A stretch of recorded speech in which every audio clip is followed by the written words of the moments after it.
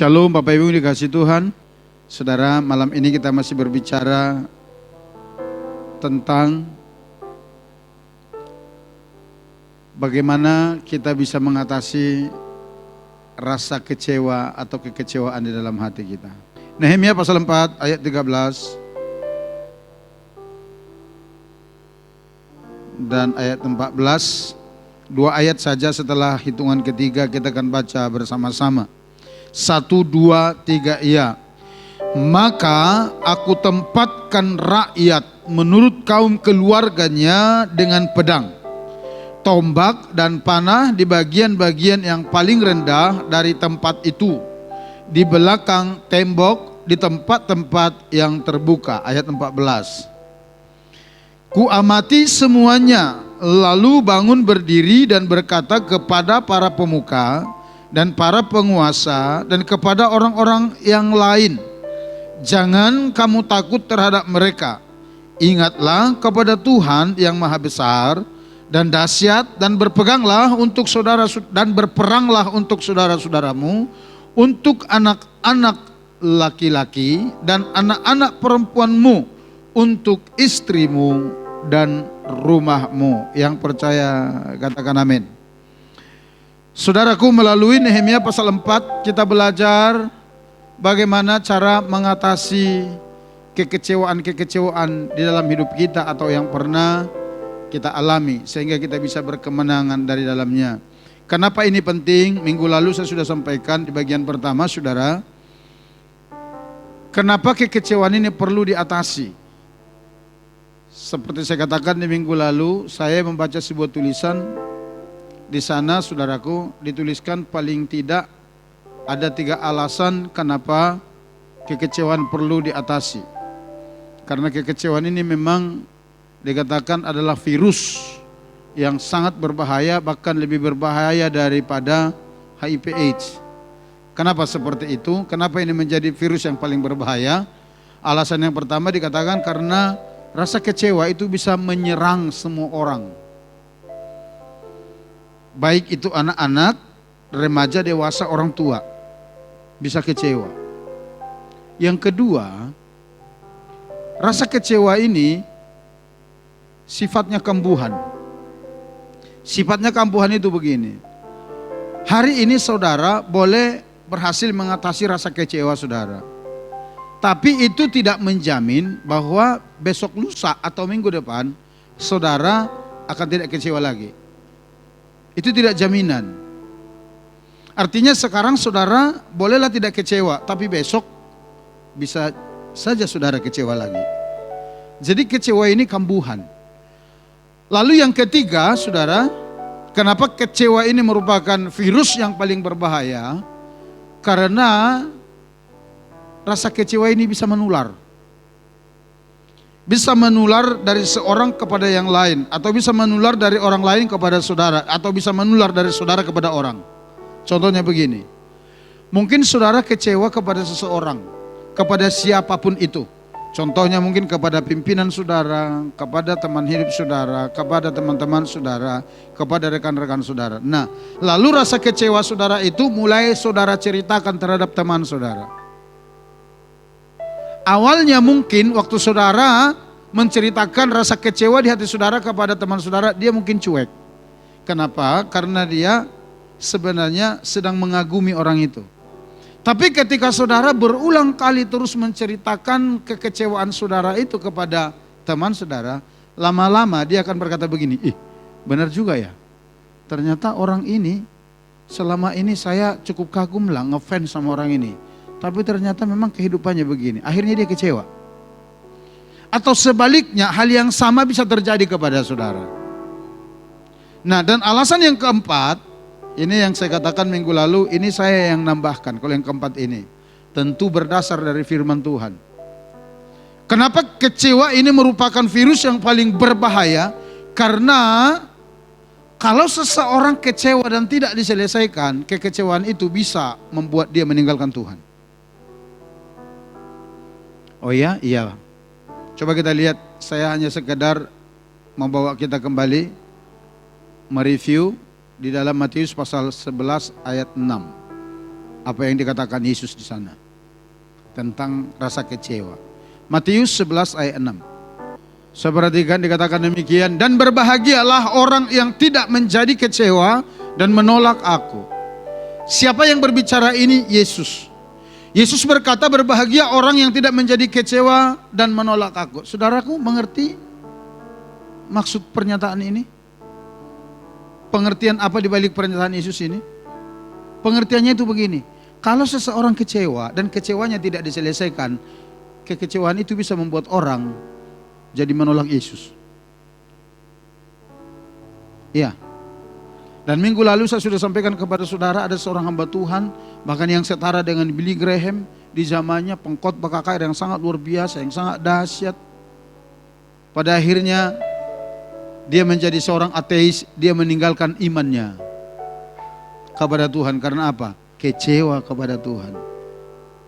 Alasan kecewanya apa? Sederhana sekali. Karena dia melihat orang-orang di Afrika mati di dalam kekeringan karena musim kemarau. Hujan tidak turun sekian lama sehingga ada banyak orang yang mati di sana. Dan dia berkata kepada Tuhan, Tuhan kalau engkau memang Tuhan yang berbelas kasihan, masa engkau tega melihat orang-orang ini mati karena kekeringan? Hanya karena alasan itu dia kecewa kepada Tuhan dan pada akhirnya dia meninggalkan imannya. Dia menjadi seorang yang ateis.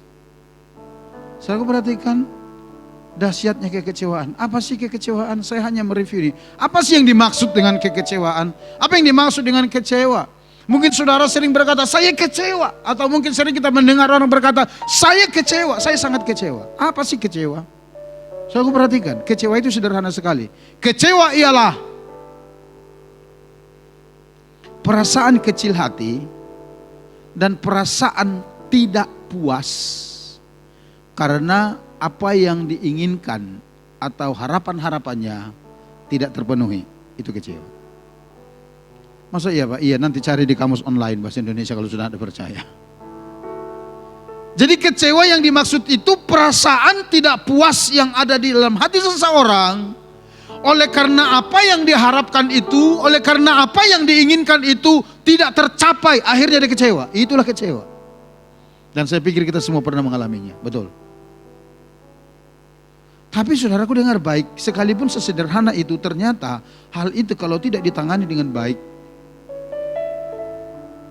bisa membuat orang jadi meninggalkan Tuhan. Apalagi kecewanya itu sama Tuhan. Bisa. Nah terus minggu lalu kita juga sudah belajar ada 4 penyebab rasa kecewa seseorang. Yang pertama saudaraku, rasa capek yang berlebihan, terlalu letih secara fisik. Itu bisa mempengaruhi hati seseorang sehingga emosinya mudah tergoncang, dia mudah terganggu dan mudah marah. Karena apa? Kecapean. Itu sebabnya minggu lalu saya ingatkan kepada kita, saudara perlu sediakan waktu-waktu tertentu untuk saudara bisa refresh. Tidak terlalu ngoyo, tidak terlalu ngotot kerja itu. Tuhan sudah berikan kita waktu 6 hari dalam 1 minggu untuk bekerja. Iya, kenapa begitu? Karena Tuhan tahu sampai di mana kemampuan kita. Itu sebabnya sampai Tuhan membuat sebuah aturan. Amin. Amin saudara. Pada hari yang ke-7 kata Tuhan, engkau harus berhenti, engkau harus beristirahat. Itu sabat bagimu. Tujuannya untuk apa? Memulihkan semua rasa penatmu itu. Sehingga saudara masuk lagi ke hari yang baru, memiliki kekuatan yang baru untuk bekerja. Saudara bukan robot. Halo? Sekali lagi saya mau katakan, kalau saudara terlalu capek, saudara paling mudah emosi. Kalau saudara terlalu capek, jiwa saudara paling mudah tergoncang. Orang senyum aja saudara bisa tersinggung. Kalau sudah terlalu capek, betul loh. Itu sebabnya ayo, ikuti aturan Tuhan. Mungkin saudara berkata begini, Pak tapi kita perlu duit, oh kita cari duit. Ya, tapi jangan diperbudak oleh uang. Tuhan aja memiliki hari waktu istirahat, betul nak? Betul ya? Kita seolah-olah lebih hebat dari Tuhan yang mendesain kehidupan kita sedemikian rupa. Ayo, rasa capek itu bisa membuat seseorang kecewa. Yang kedua, saya sampaikan minggu lalu, frustrasi. Rasa frustrasi. Yang ketiga, perasaan gagal. Yang keempat, perasaan-perasaan takut. Itu bisa membuat seseorang jadi kecewa. Saudara, itu sebabnya ini harus ditangani dengan baik supaya kita bisa menang dari rasa kecewa, sehingga benar-benar kita menjalani kehidupan ini dengan hati yang tenang dan damai bersama dengan Tuhan. Malam ini dari pasal yang sama kita akan berbicara tentang ada 3 cara untuk kita mengatasi kekecewaan itu kalau kita sudah pernah atau kalau kita sudah masuk di dalamnya. Yang pertama kita lihat. Cara yang pertama untuk mengatasinya, tata ulang kehidupan kita. Kita tata ulang, kita tata kembali cara hidup kita. Coba kita lihat saudaraku dalam ayat 13 sampai 14a, apa yang dilakukan oleh Nehemia untuk mengatasi rasa kecewa bangsa Israel yang ikut bersama dengan dia mengerjakan tembok Yerusalem itu. Saudara perhatikan dalam ayat 13 dikatakan demikian, maka aku tempatkan rakyat menurut kaum keluarganya dengan pedang, tombak dan panah di bagian-bagian yang paling rendah dari tempat itu, di belakang tembok, di tempat-tempat yang terbuka. Yang 14a, ku amati semua, lalu bangun berdiri dan berkata kepada para pemuka dan para penguasa dan kepada orang-orang yang lain. Saudaraku perhatikan, setelah Nehemia mengamati semuanya, kenapa orang ini menjadi orang-orang yang kecewa, kenapa orang-orang ini menjadi orang yang patah semangat, kenapa rombongan saya ini menjadi tidak bergairah membangun tembok ini, di mana Tuhan yang menghendaki mereka membangun tembok itu. Saudaraku, setelah Nehemia mengamatinya, mengevaluasinya semua, dan ditemukan saudara penyebab-penyebabnya di sana. Ketika dia temukan itu, Nehemia menata ulang kembali strategi mereka, cara mereka untuk membangun tembok Yerusalem. Ayat 13 berkata, maka aku tempatkan rakyat menurut kaum keluarganya dengan pedang, tombak dan panah di bagian-bagian yang paling rendah dari tempat itu. Kenapa dia lakukan itu? Kenapa Nehemia menata kembali semuanya? Karena Nehemia telah menemukan statement yang keluar dari bangsa ini, dari mulut mereka. Di dalam ayat 10 coba kita lihat dikatakan demikian. Ayat 10, berkatalah orang Yehuda, kekuatan para pengangkat sudah merosot dan puing masih sangat banyak. Tak sanggup kami membangun kembali tembok ini. Awalnya waktu Nehemia membawa bangsa ini kembali ke Yerusalem untuk membangun tembok itu, mereka begitu bersemangat, mereka begitu antusias.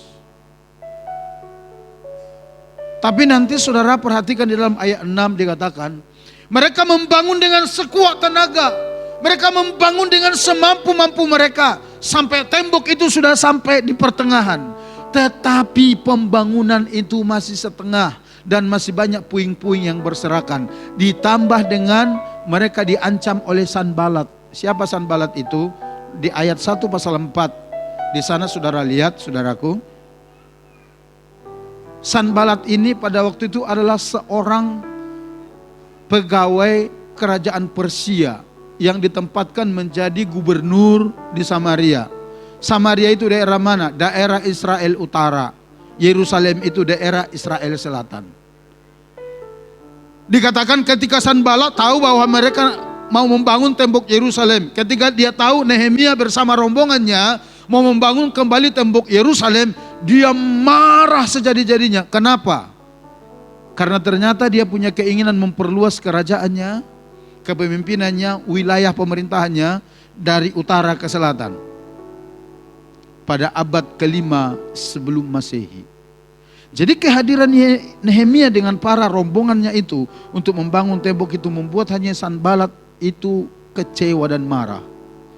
Sehingga saudaraku dengan berbagai macam cara dia bersekutu dengan beberapa orang. Nanti saudara baca di ayat seterusnya dikatakan dengan orang Arab, orang Amon. Mereka bersekutu untuk menggagalkan pembangunan sampai mereka diancam. Kalau saudara nanti lihat di dalam ayat 12 di situ dikatakan ancaman-ancaman mereka itu benar-benar merasuk di hati orang-orang Yahudi yang bekerja di daerah perbatasan itu. Sehingga mereka mempengaruhi yang lain dan berkata, iya bagaimana nanti kalau kita dibunuh secara tiba-tiba. Ternyata saudaraku hal-hal seperti itu yang membuat rombongannya Nehemia ini merasa kecewa, merasa frustrasi. Mereka merasa bahwa mereka gagal, mereka merasa bahwa mereka dihalangi, bahkan diancam, ditakut-takuti akan dibunuh. Itu yang buat mereka kecewa dan setelah Nehemia tahu itu, Nehemia menata ulang kembali strategi mereka untuk meneruskan pembangunan itu. Sampai dikatakan, aku menempatkan. Saudara lihat ya ayat 13 itu dikatakan, aku tempatkan rakyat menurut kaum keluarganya dengan pedang, dengan tombak di tangan mereka. Yang sebelumnya mereka tidak lakukan. Tapi sekarang mereka harus lakukan. Kenapa? Karena Nehemia tahu yang membuat orang-orang ini kecewa ternyata hal ini. Intimidasi ini, rasa takut ini, dan keletihan-keletihan itu saudara. Mereka merasa mereka sudah bekerja sepenuh hati, menghabiskan tenaganya di sana. Tapi bangunan ini belum selesai. Kalau minggu lalu saya katakan demikian. Frustrasi itu biasanya datang tepat pada saat seperti itu. Tepat pada saat saudara sedang mengerjakan sesuatu yang saudara anggap itu penting, tapi baru di pertengahan jalan, kelihatannya belum terlihat perubahan apa-apa, masih akan lanjut pekerjaan, tapi saudara dapat tekanan-tekanan, saat itulah saudara akan kecewa. Artinya apa bagi kita? Artinya begini, kalau saudara pernah merasa gagal, kalau saudara pernah merasa frustrasi, kalau saudara pernah merasa kecewa oleh karena apapun itu, saya mau katakan pada saat ini, saudara jangan langsung menyerah kepada rasa kecewa itu, tapi ada langkah yang bisa saudara lakukan untuk saudara bisa menang dari kekecewaan. Apa itu? Tata ulang kembali kehidupanmu. Sama seperti yang dilakukan oleh Nehemia. Tata ulang kembali. Evaluasi. Pakai cara Nehemia, dikatakan setelah ku amati semuanya. Kataku amati di sana itu saudaraku, saya perhatikan dari teks asli dikatakan dia inspeksi. Benar-benar dikunjungi, dilihat satu persatu. Ketika ditemukan baru dia tahu, oh ternyata ini penyebabnya. Sehingga ditata ulang kembali. Kalau begitu cara yang efektif harus begini. Kalau begitu seperti ini. Artinya apa? Artinya begini.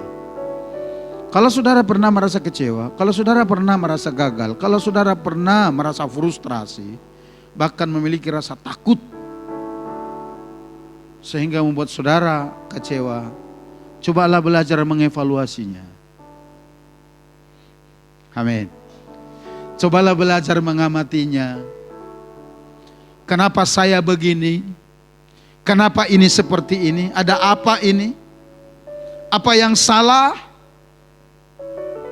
Kemudian, ayo mulai strategi baru untuk membangun sesuatu yang lebih baik. Saudaraku, kalau saudara pernah kecewa karena saudara merasa gagal, belum tentu juga yang saudara kerjakan itu salah, belum tentu. Bisa jadi cara saudara menanganinya, mengelolanya salah. Sama seperti rombongan Nehemia ini, pembangunan tembok Yerusalem itu benar-benar itu kehendak Tuhan untuk mereka kerjakan. Tapi cara mereka berespon untuk mengelola pembangunan itu salah. Mereka pikir dengan waktu yang singkat, mereka pikir dengan cara-cara mereka sendiri begitu, mereka akan selesaikan dalam tempo yang singkat-singkatnya. Sehingga ketika mereka melihat bangunan itu Belum selesai padahal tenaga sudah terkuras. Mereka berkata, kami tidak sanggup lagi melanjutkan ini. Saudaraku dengar baik. Ayo tata ulang kehidupan kita. Tata ulang. Kalau dikatakan ditata kembali cara hidup kita, itu berarti Tuhan memberikan kita kesempatan kedua. Amin. Amin. Artinya begini. Saudara cek dan recheck. Perhatikan. Kalau saudara gagal di sini karena apa? Kalau saudara tidak tembus di sini karena apa? Setelah saudara temukan, sekalipun saudara sangat mencintai itu, saudara harus berani mengkatnya. Tinggalkan itu. Dan mulai sesuatu yang baru. Amin. Jangan pertahankan sesuatu yang membuat saudara itu tidak produktif. Jangan pertahankan sesuatu yang membuat saudara itu tidak berbuah. Jangan pertahankan sesuatu yang membuat kehidupan saudara itu kecewa berkepanjangan. Saudara sudah tahu kalau saudara lanjutkan dengan cara hidup begitu, problem demi problem akan terjadi dalam hidupmu. Kalau udah tahu, tinggalkan. Mari ubah sekarang caranya. Minta hikmat dari Tuhan untuk mengerjakannya dengan cara-caranya Tuhan. Amin. Ayo. Jangan-jangan mesbah doa saudara itu perlu ditata ulang. Jangan-jangan baca Alkitab saudara itu perlu ditata ulang. Jangan-jangan masalahnya di sana. Jangan-jangan paradigma itu perlu ditata ulang. Kenapa? Karena selama ini kita berpikir begini, oh tanpa uang hidup ini tidak ada arti. Salah. Itu perlu ditata ulang. Kalau saya tidak begini nanti saya tidak dihargai. Kalau saya tidak begini nanti saya tidak diterima. Kalau saya tidak begini nanti saya dianggap apa? Perlu ditata ulang. Karena Alkitab berkata, kita itu berharga di mata Tuhan karena memang Yesus telah menebus kita dari kematian. Bukan karena apa yang melekat di dalam tubuh. Bukan itu. Sekalipun itu ya penting-penting, tapi bukan itu esensinya. Bukan itu. Ayo, jangan pertahankan sesuatu yang tidak esensial dalam kehidupan saudara, yang pada akhirnya membuat saudara itu terjebak terus dalam kekecewaan. Cek cara hidup kita, cek cara bergaul kita. Baik bergaul dengan Tuhan, baik bergaul dengan sesama. Cek kalau saudara mau lepas dari rasa kecewa. Kecuali kalau saudara mau menikmatinya, mau kecewa terus, silahkan saja. Tapi yang saya mau beritahu pada saat ini, ayo tata ulang cara hidup kita, cara berpikir kita, cara berdoa kita, cara bersekutu kita. Tata ulang kembali. Kalau enggak, saudara pasti kecewa. Saya, saudaraku, jujur ya, saya tidak pernah kebayang akan terjadi banjir besar yang dimulai dari hari Minggu malam itu sampai hari Rabu ya. Itu udah mulai surut, tidak pernah kebayang. Yang Tuhan taruh di hati saya dari bulan-bulan lalu berbicara mempersiapkan saudara semua sehingga menyampaikan firman mulai dari memiliki ketenangan pikiran di tengah-tengah situasi yang kacau. Ya saudara, masih ingat saudara ya? Terus bagaimana kita bisa menangani rasa kecewa kita seperti ini? Ada beberapa materi lah yang kita bahas. Saya tidak pernah berpikir bahwa Tuhan akan izinkan kita menghadapi situasi itu. Tapi saya bersyukur. Bersyukurnya begini, bahwa apa yang Tuhan suruh saya sampaikan kepada saudara, ternyata untuk mempersiapkan kita menghadapi situasi yang lebih tidak enak lagi. Dan ingat, saya akan selalu katakan ini, saudara jangan terlalu berharaplah untuk situasi di luar sana itu akan lebih aman. Jangan. Kenapa? Karena saya katakan demikian. Karena Yesus jelas sekali berkata, menjelang hari kedatangannya akan terjadi banyak penderitaan, akan terjadi gempa bumi, kelaparan, wabah di mana-mana. Kalau bahasa kerennya itu pandemik akan terjadi. Dan Yesus berkata begini, ini baru permulaannya, belum akhirnya. Artinya kalau itu permulaan, kalau yang sekarang terjadi ini baru permulaan, akan ada sesuatu yang lebih besar, lebih mengerikan dari ini. Saudara tidak perlu berdoa tengkingin itu, habis waktu saudara.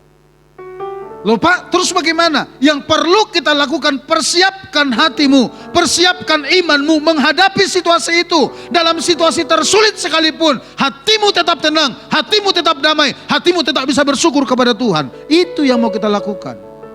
Kalau saudara tengkang-tengking sana sini dan berkata, oh dalam nama Yesus, sementara itu tidak berlalu, lama-lama saudara kecewa sama Tuhan. Ayo, itu yang Tuhan suruh untuk disampaikan kepada kita supaya kita dipersiapkan menghadapi situasi yang lebih buruk lagi. Setelah ini saya tidak tahu apa lagi yang akan terjadi. Tapi paling tidak Tuhan sudah berbicara kepada kita untuk mempersiapkan kita menghadapi situasi-situasi yang buruk itu. Jadi saudaraku, yang pertama, supaya saudara bisa berkemenangan dari rasa kecewa saudara, tata ulang kembali kehidupan saudara ya. Tata ulang, perbaiki kembali. Apa yang tidak benar itu, apa yang tidak baik itu, singkirkan. Kalau selama ini kita salah prioritas, kita jadi lebih prioritaskan yang lain daripada Tuhan, ubah sekarang. Ubah sekarang. Bawa semua kepada Tuhan. Yang kedua saudara, cara yang kedua yang dilakukan Nehemia untuk memulihkan rasa kecewa orang-orang ini atau rombongannya. Yang kedua kita lihat di dalam ayat 14b. Dikatakan demikian. Janganlah kamu takut terhadap mereka. Ingatlah kepada Tuhan yang maha besar dan dahsyat. Nehemia berkata, jangan kamu takut kepada mereka. Kepada siapa? Orang-orang yang mengintimidasi mereka, yang membuat mereka frustrasi, buat mereka takut, pada akhirnya mereka kecewa dalam kehidupan mereka. Jangan takut, kata Nehemia. Tapi apa yang perlu dilakukan? Ingat kepada Tuhan yang besar itu. Amin saudara. Cara yang kedua mengatasi kekecewaan. Ketika hati saudara, pikiran saudara mulai kecewa, arahkanlah hatimu kepada Tuhan. Arahkanlah pikiranmu kepada Tuhan. Ingatlah kebesaran Tuhan. Ada 3 hal yang perlu kita ingat dari Tuhan. Apa itu? Yang pertama, bahwa Tuhan baik dan pernah menolong kita di masa lalu. Pernah saudara? Pernah mengalaminya? Coba ingat itu. Bahwa Tuhan pernah menolong kita. Yang kedua, bahwa Tuhan sampai hari ini masih sanggup menolong kita. Yang ketiga, percayai bahwa Tuhan di masa yang akan datang pun masih sanggup menyertai dan menolong saudara. Karena masa depan kita ada di dalam Dia. Masa depan, pengharapan sungguh ada di dalam Tuhan. Amin.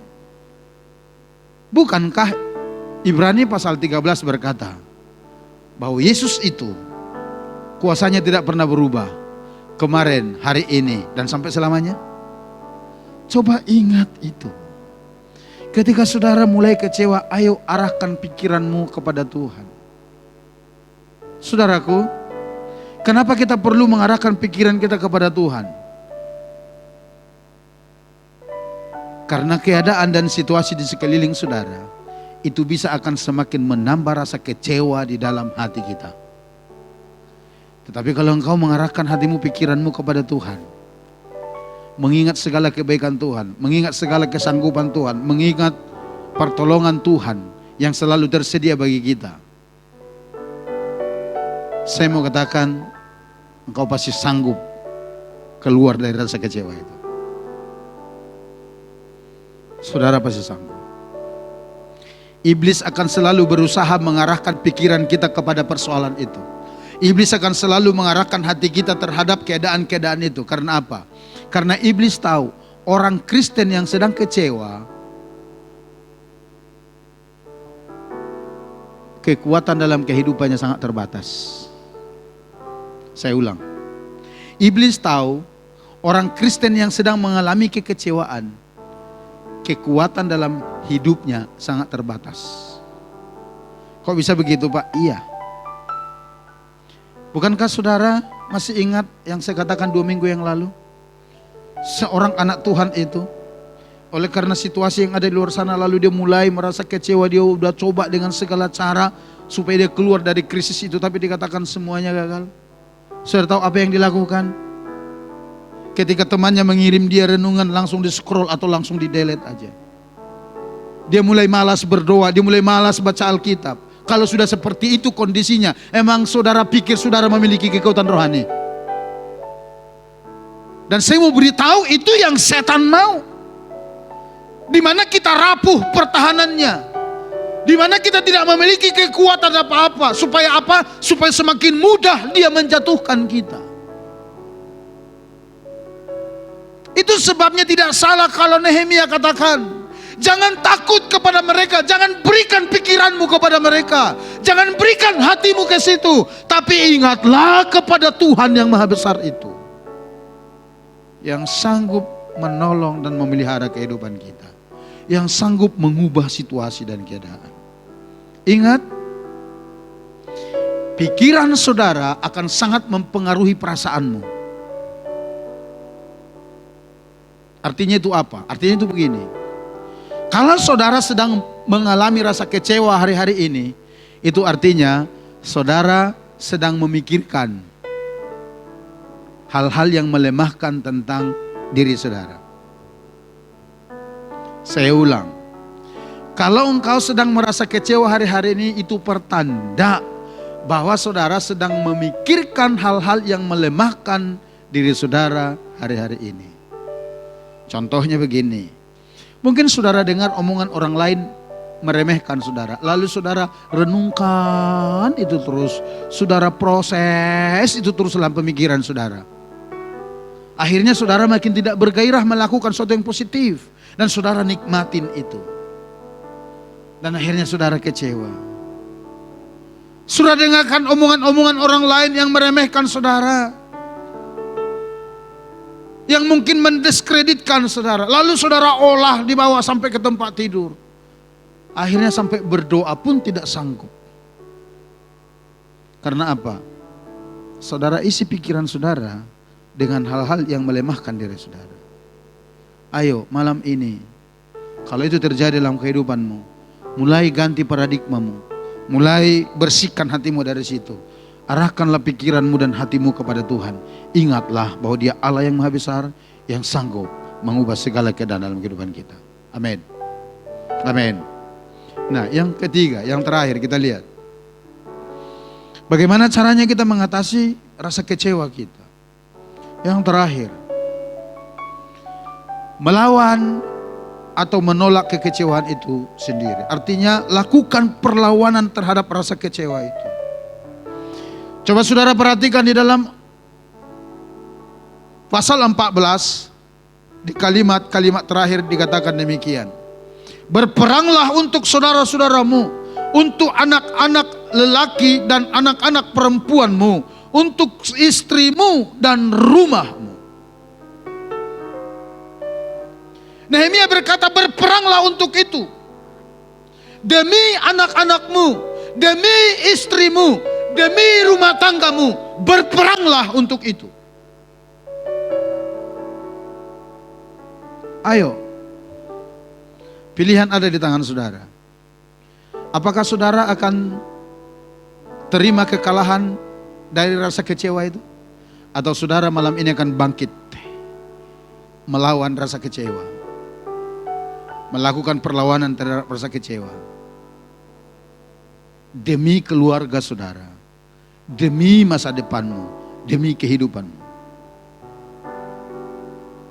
Kalau saya mau sampaikan begini, ayo, sebagai orang yang sudah ditebus oleh darah Yesus Kristus, jangan jadikan penebusan Kristus itu jadi sia-sia hanya karena persoalan sedikit.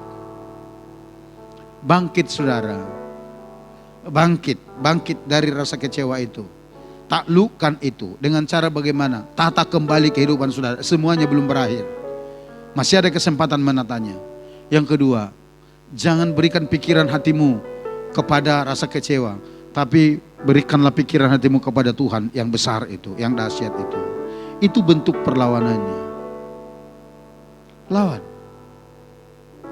Lawan. Dan bangun terus sesuatu yang baru, dengan cara yang baru, dan penuh dengan kehati-hatian. Kenapa saya katakan penuh dengan kehati-hatian? Saudaraku, coba kita lihat. Mulai 15 ya. Saya akan bacakan. Ayat 15 berkata demikian.